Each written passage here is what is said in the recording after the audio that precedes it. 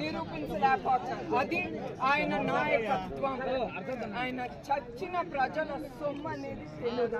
అది ఆ కుటుంబానికి కూడా శ్రేయస్సు అవ్వదు, మంచి జరగదు. మీరందరూ మన తెలుగుదేశం సైనికుల నాయకుడిని ముందుకు తీసుకెళ్దాం. తెలుగుదేశం పార్టీ జెండా పైకి అజెండాతో ముందుకు వెళ్ళిపోతాం. మీరందరూ భయపడకూడదు. ప్రతి ఒక్కళ్ళు ఈ యుద్ధానికి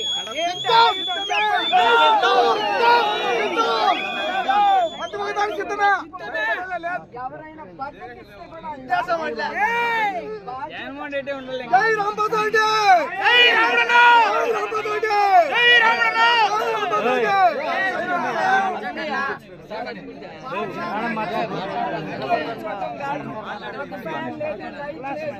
అంటే కుదరదు.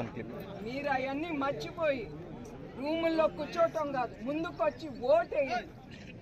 ఒక స్త్రీగా, ఒక భారత నారీగా మిమ్మల్ని అందరినీ కోరుతున్నాను. రూమ్ నుంచి బయటికి రండి, వచ్చి